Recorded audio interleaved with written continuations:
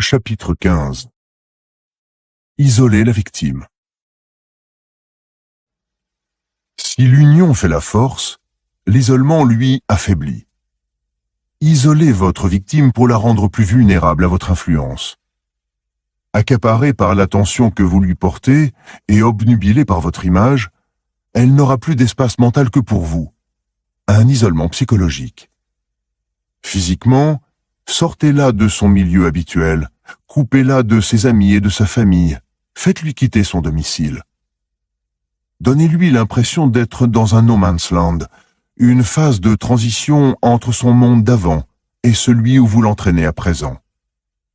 Sans repère et sans appui, elle deviendra un jouet docile. Attirez-la dans votre tanière, où tout lui est étranger. La fascination de l'exotisme. Au début du 5e siècle avant notre ère, le roi Fujai, qui régnait sur Wu, infligea à son grand ennemi Gujian, roi de Yue, une série de défaites. Gujian fut capturé et forcé de travailler comme palefrenier dans les écuries de Fujai. Il fut finalement autorisé à rentrer chez lui, à condition de payer chaque année à Fujai un lourd tribut en numéraire et en nature. Ce tribut alla s'alourdissant d'année en année. Le royaume de Wu prospéra et Fujai s'enrichit. Au bout de quelque temps, Gujian envoya une ambassade à Fujai.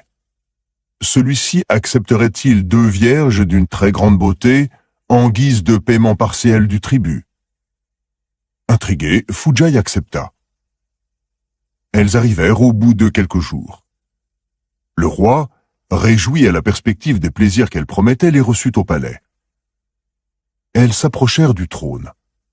Leur coiffure était somptueuse, ornée de perles fines et de plumes de martin-pêcheur.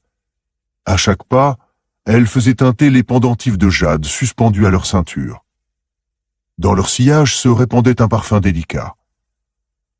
Le roi était ravi. L'une des 2 était de beaucoup la plus belle. Elle s'appelait Shise. Son regard croisa celui du roi sans la moindre timidité. De fait, elle était coquette et sûre d'elle-même, chose rare chez une fille aussi jeune. Fujai organisa des festivités pour célébrer leur arrivée. Les salles d'honneur se remplirent de joyeux convives. Grisée par le bon vin, Shise dansa devant le roi. Et elle chanta, d'une voix délicieuse. Allongée sur une banquette de jade blanc, elle ressemblait à une déesse. Le roi ne la quittait plus. Le lendemain, il la suivit partout. Il fut stupéfait de constater qu'elle était vive d'esprit et très cultivée. Elle citait les classiques mieux que lui. Lorsqu'il dut s'éloigner un moment pour s'occuper des affaires du royaume, il n'avait que son image en tête. Bientôt, il lui demanda de siéger à côté de lui au conseil et sollicita son avis sur des questions importantes. Elle lui recommanda de moins prêter l'oreille à ses ministres, car il avait un meilleur jugement qu'eux. Le pouvoir de Shise s'affirmait de jour en jour. Pourtant, il n'était pas facile de lui complaire. Si le roi lui refusait quelque chose, des larmes lui venaient aux yeux, et le souverain attendri cédait. Un jour, elle le supplia de lui construire un palais à l'extérieur de la capitale.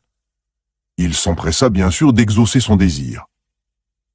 Lorsqu'il visita le palais, il fut stupéfait par sa magnificence, bien qu'il eût lui-même payé toutes les factures.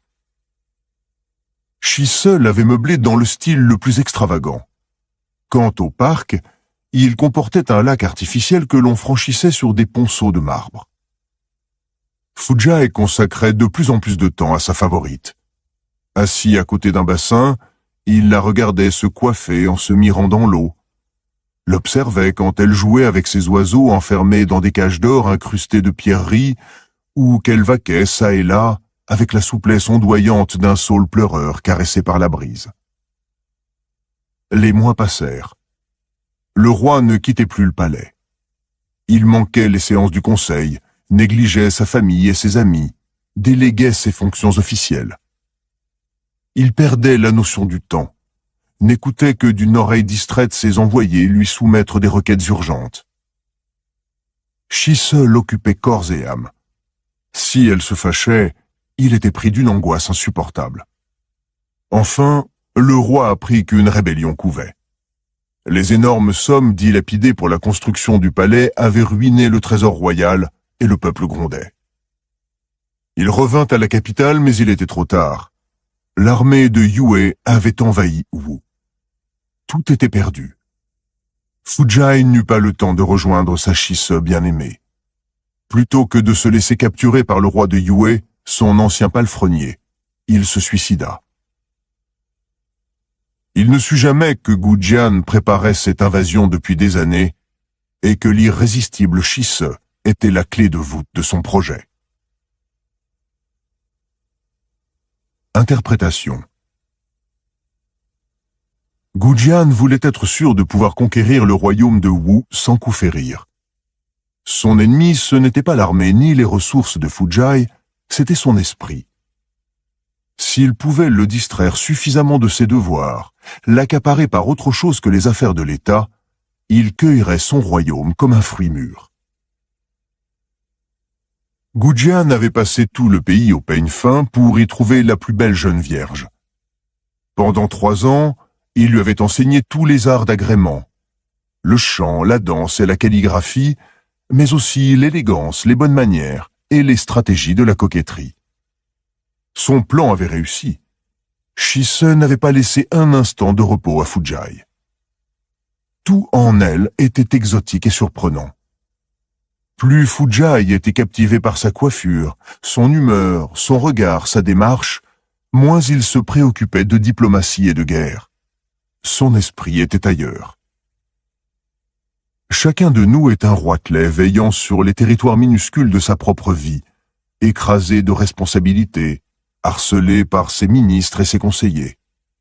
Nous nous enfermons dans une forteresse. Nous nous fermons à l'influence des autres car nous avons trop de soucis. Agissez comme Shise. Détournez votre victime de ses préoccupations, des problèmes qui lui encombrent l'esprit. Ce qui la fera sortir du bois, c'est avant tout l'attrait de l'exotisme. Offrez-lui de l'inédit qui la fascine et monopolise son attention. Soyez différent des autres. Enveloppez-la en douceur dans ce monde à part qui est le vôtre. Gardez-la en haleine par vos sautes d'humeur, vos crises de coquetterie. Si cela lui fait perdre son sang-froid, tant mieux. C'est le signe infaillible qu'elle devient vulnérable. Il y a en chacun d'entre nous une ambivalence. D'un côté, nos habitudes et nos devoirs nous rassurent, de l'autre, ils nous ennuient et nous donnent la nostalgie de quelque chose d'extraordinaire. Nous avons beau nous en défendre, nous sommes incapables de résister à l'attrait de l'inconnu. Plus vous parviendrez à attirer vos cibles dans votre monde, plus vous les affaiblirez. Et, comme le roi de Wu, quand elles comprendront ce qui leur arrive, il sera trop tard. Rien que nous deux. En 1948, la star de cinéma hollywoodienne Rita Hayworth, alors âgée de 29 ans, vivait une mauvaise passe. Son mariage avec Orson Welles était en train de péricliter, elle venait de perdre sa mère et sa carrière était au point mort. Cet été-là, elle partit en Europe. Orson Welles était en Italie et elle rêvait de réconciliation. L'actrice fit d'abord escale sur la Côte d'Azur, où tout le gratin l'assaillit d'invitations. À l'époque, elle était considérée comme la plus belle femme du monde. Aristote Onassis et le Shah d'Iran lui téléphonaient presque tous les jours pour la supplier de leur accorder un rendez-vous. En vain. Cependant, quelques jours après son arrivée à Cannes, Elsa Maxwell, coqueluche de la jet-set, la convia à une petite soirée qu'elle donnait chez elle. Rita Hayworth hésita, mais Madame Maxwell finit par la convaincre d'acheter une nouvelle robe, de venir en retard et de faire une entrée remarquée. Vêtue d'une robe blanche drapée dans le style antique, les cheveux lâchés en cascade sur ses épaules nues, la belle rousse fit sensation comme à son ordinaire. Toutes les conversations s'arrêtèrent et les hommes la fixèrent avec émerveillement, tandis que les femmes blêmissaient de jalousie.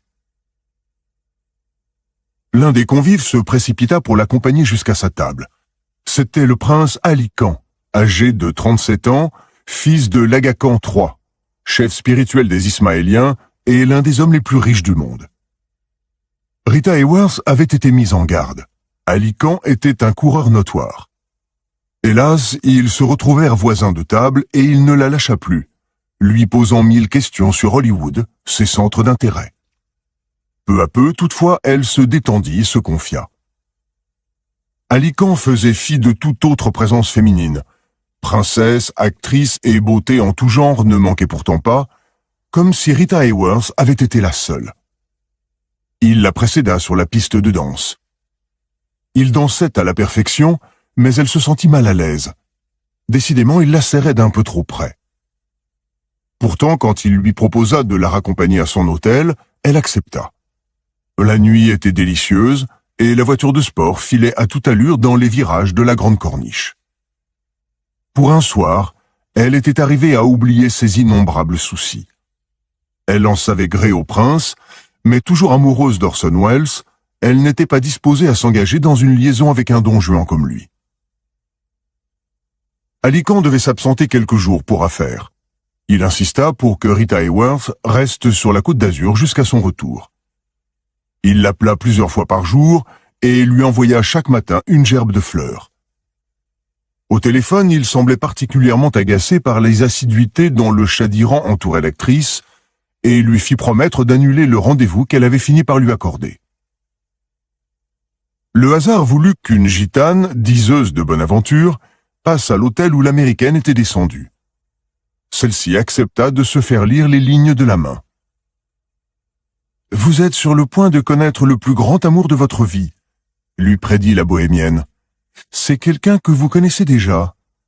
Cessez de résister, abandonnez-vous totalement, c'est seulement à ce prix que vous trouverez enfin le bonheur. » Troublée, Rita Hayworth, qui croyait au présage, décida de prolonger son séjour.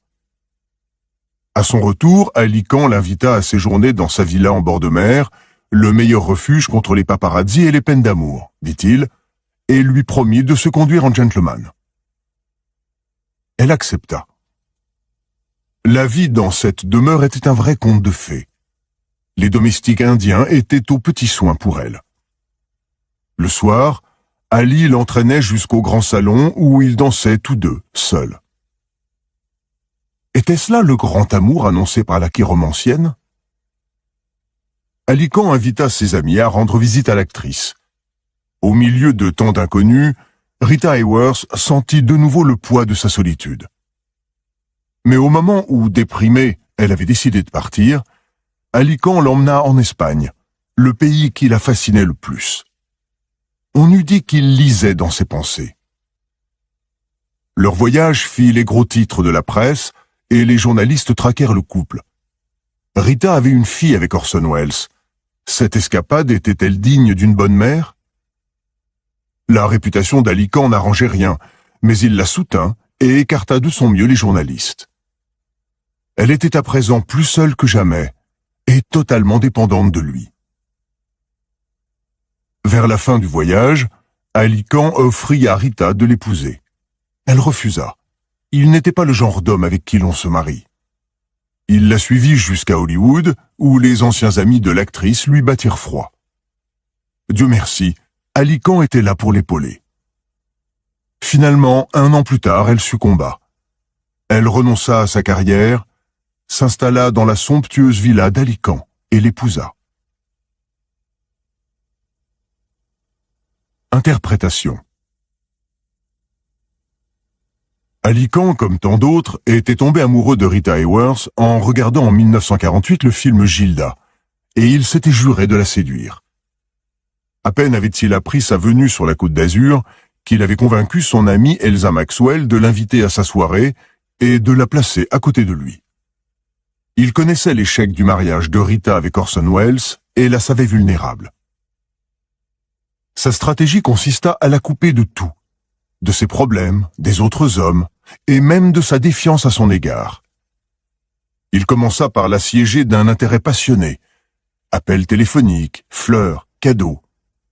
La prédiction de la gitane, à sa solde, était destiné à amorcer la suggestion. Quand il sentit qu'elle commençait à tomber amoureuse, il la présenta à ses amis, sachant que, se sentant complètement étrangère, elle serait dépendante de lui. Dépendance que paracheva le voyage en Espagne, où elle se retrouva en terre inconnue, assiégée par la presse et contrainte de chercher refuge auprès de lui. Progressivement, il se fit omniprésent, obsessionnel, jusqu'à ce que l'actrice succombe enfin, mi par faiblesse, mi par vanité, à cause de toutes les attentions dont il la comblait. Prise sous son charme, elle avait oublié l'exécrable réputation d'Alican et faisait litière de ses soupçons, la seule protection qu'elle avait contre lui. Ce qui faisait d'Alican un grand séducteur, ce n'était ni sa richesse, ni son physique. Il n'était pas exceptionnellement beau, et sa fortune ne compensait pas sa détestable renommée. Son succès était affaire de stratégie. Il isolait ses victimes, les circonvenait lentement, imperceptiblement, avec un empressement qui leur donnait l'impression d'être le centre de l'univers. L'isolement auquel il les réduisait était par certains côtés si agréable que la victime ne remarquait pas sa dépendance croissante, l'éloignement progressif de sa famille et de son ancien milieu. Les soupçons justifiés qu'elle avait d'abord éprouvés cédaient le pas à la vanité. Alican remportait presque toujours la victoire finale en entraînant sa conquête dans quelques lieux de rêve qu'il connaissait bien, mais où elle se sentait perdue. Ne laissez pas à votre cible le loisir de se méfier et de se défendre. Inondez-la de 1000 attentions qui occuperont ses pensées, chasseront ses soucis. Rappelez-vous, tout le monde berce le désir secret de s'abandonner au pouvoir d'un ravisseur déterminé. Ce peut être un plaisir que de s'abandonner, et même de se sentir isolé et vulnérable, à condition que ce soit à l'issue d'un processus de séduction lent et raffiné. Mettez-les dans une situation où il ne leur reste nul endroit où aller, et ils mourront plutôt que de s'enfuir. Sun Tzu. Les clés de la séduction. Ceux qui nous entourent peuvent avoir l'air forts, maîtres de leur destin, mais ce n'est qu'une façade. Intérieurement, les gens sont plus fragiles qu'ils ne le laissent paraître. Leur apparente solidité est due aux multiples cocons dont ils s'enveloppent, leurs amis, leur famille, leur routine, et qui leur procurent un sentiment de continuité, de sécurité et de maîtrise des événements. Faites-les trébucher, lâchez-les seuls en terrain inconnu, sans repère, et vous ne les reconnaîtrez plus. Une personne forte et caparaçonnée d'habitude est difficile à séduire. Mais même les plus solides deviennent vulnérables si vous les arrachez à leur système défensif. Imposez-vous au point d'évincer famille et amis. Dépaysez votre cible en la sortant de son univers familier. Emmenez-la vers une destination inconnue. Amenez-la à fréquenter votre milieu. Démantelez ses routines. Entraînez-la dans des expériences qu'elle n'a jamais faites. Elle se troublera et sera plus facile à écarter du droit chemin. Maquillez tout cela en aventure, et votre cible se réveillera un beau matin à bonne distance de tout ce qui normalement la réconforte. Elle se réfugiera dans vos bras, tel un enfant qui appelle sa mère dès que les lumières sont éteintes. La séduction a cela de commun avec l'art de la guerre qu'une cible isolée est facile à conquérir. Dans le roman de Samuel Richardson, Clarice Harlowe, 1748, Lovelace cherche à séduire la belle héroïne. Clarice est jeune, vertueuse et sous la protection de sa famille. Mais Lovelace a plus d'un tour dans son sac. Il commence par faire la cour à la sœur de Clarice, Arabella. Le mariage semble probable. Puis il tourne brusquement ses attentions vers Clarice, jouant sur la rivalité entre sœurs, pour mettre Arabella en fureur. Leur frère, James, est fort mécontent de ce brusque revirement. Il se bat avec Lovelace qui le blesse. Toute la famille se dresse comme un seul homme contre le séducteur qui réussit néanmoins à faire parvenir des lettres à Clarice et même à la voir chez un ami. La famille l'apprend et accuse la jeune fille de déloyauté. Clarisse est innocente. Elle n'a encouragé ni la correspondance, ni les visites de Lovelace. Mais ses parents sont à présent décidés à la marier à un riche vieillard. Seule au monde, risquant d'être sacrifiée à un individu qu'elle juge répugnant, elle se tourne vers Lovelace comme son unique sauveur possible. Et il la sauve bel et bien en l'emmenant à Londres, où certes elle échappe à cet affreux mariage, mais où elle se retrouve désespérément seule. Bien évidemment, Clarisse s'adoucit et cède à son prétendant. Tout le scénario avait été magistralement orchestré par Lovelace en personne. Le scandale familial, la rupture de Clarisse avec les siens, et l'inévitable dénouement. Vos pires ennemis sont souvent la famille et les amis de votre victime potentielle.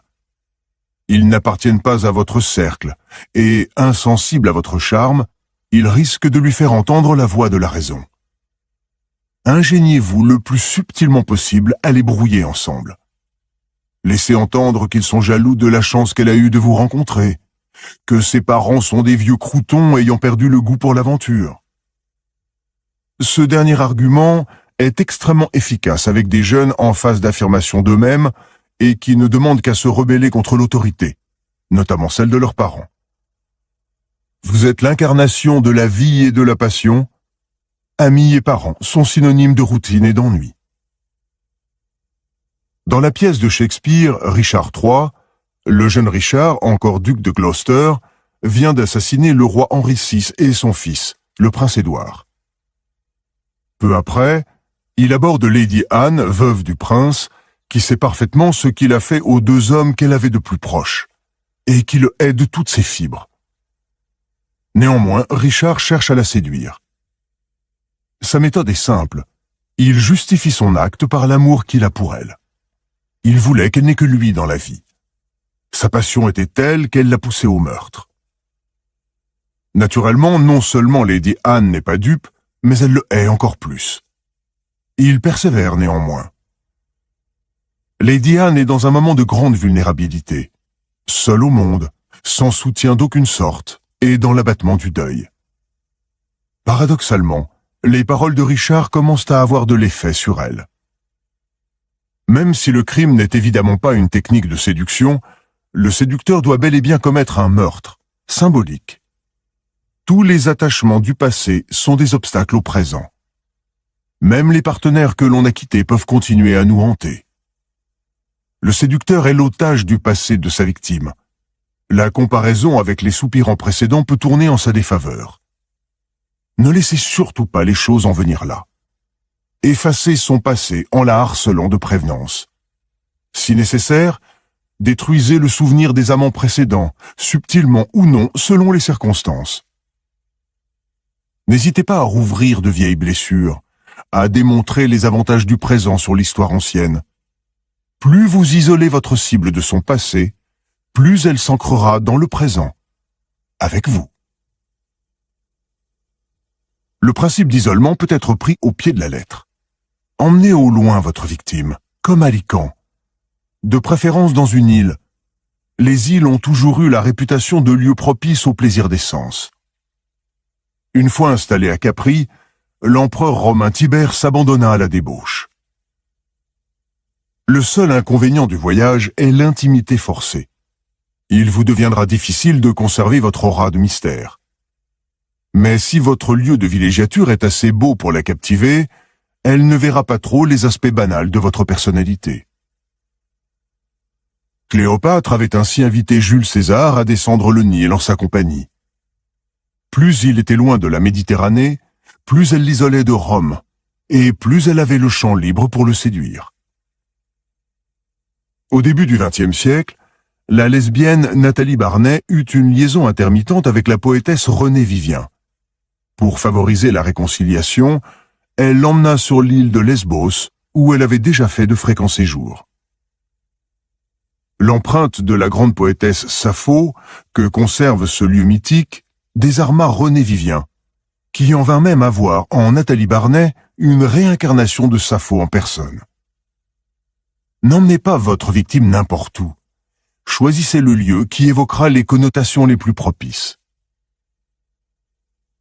Le pouvoir de l'isolement ne se limite pas au domaine amoureux. Quand le Mahatma Gandhi recevait de nouveaux disciples, il les encourageait à trancher tout lien avec leur passé, c'est-à-dire avec leur famille et leurs amis. Ce type de renonciation est d'ailleurs obligatoire dans d'innombrables sectes depuis des siècles. L'isolation rend vulnérable aux influences et à la persuasion. Un leader charismatique utilise le sentiment d'aliénation comme levier. Ainsi, J.F. Kennedy, en critiquant subtilement le confort de la période Eisenhower, qui avait fait perdre de vue aux Américains leur idéal conquérant, emporta leur ralliement à la cause d'une nouvelle frontière, dangereuse et passionnante. Une perspective immensément séductrice, surtout pour les jeunes qui devinrent les partisans les plus enthousiastes de Kennedy. Pour conclure, disons que toute séduction doit s'accompagner d'un soupçon de danger. Votre cible doit sentir qu'elle se lance à votre suite dans une grande aventure, mais au prix d'un renoncement, à un pan de son passé, à son cher confort, etc. Accentuez cette ambiguïté. À petite dose, la peur est une épice de choix qui donne du goût à la vie. C'est comme un saut en parachute, une aventure grisante qui donne le frisson. Et le seul qui peut retenir votre victime dans sa chute, c'est vous. Symbole, le joueur de flûte de Hamelin. Un joyeux luron vêtu de couleurs vives attire les enfants hors de chez eux au son de sa flûte enchantée. Ravis, ils ne remarquent pas qu'ils s'éloignent du nid familial.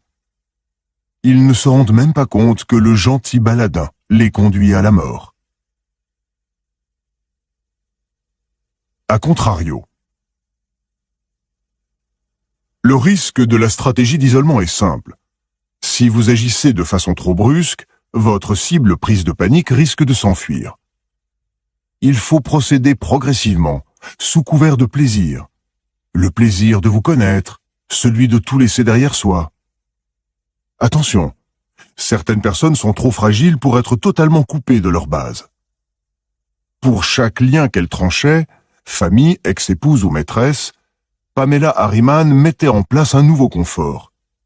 Elle comblait ses amants d'attention, satisfaisait leurs moindres caprices. Le milliardaire Avril Harriman finit par l'épouser. Elle l'installa dans un nouveau domicile sans lien avec son passé, mais plein des plaisirs du présent. Ne laissez pas trop longtemps votre victime sans repère ni réconfort. Veillez à remplacer son ancien milieu familier par un cocon accueillant et plein de petites attentions.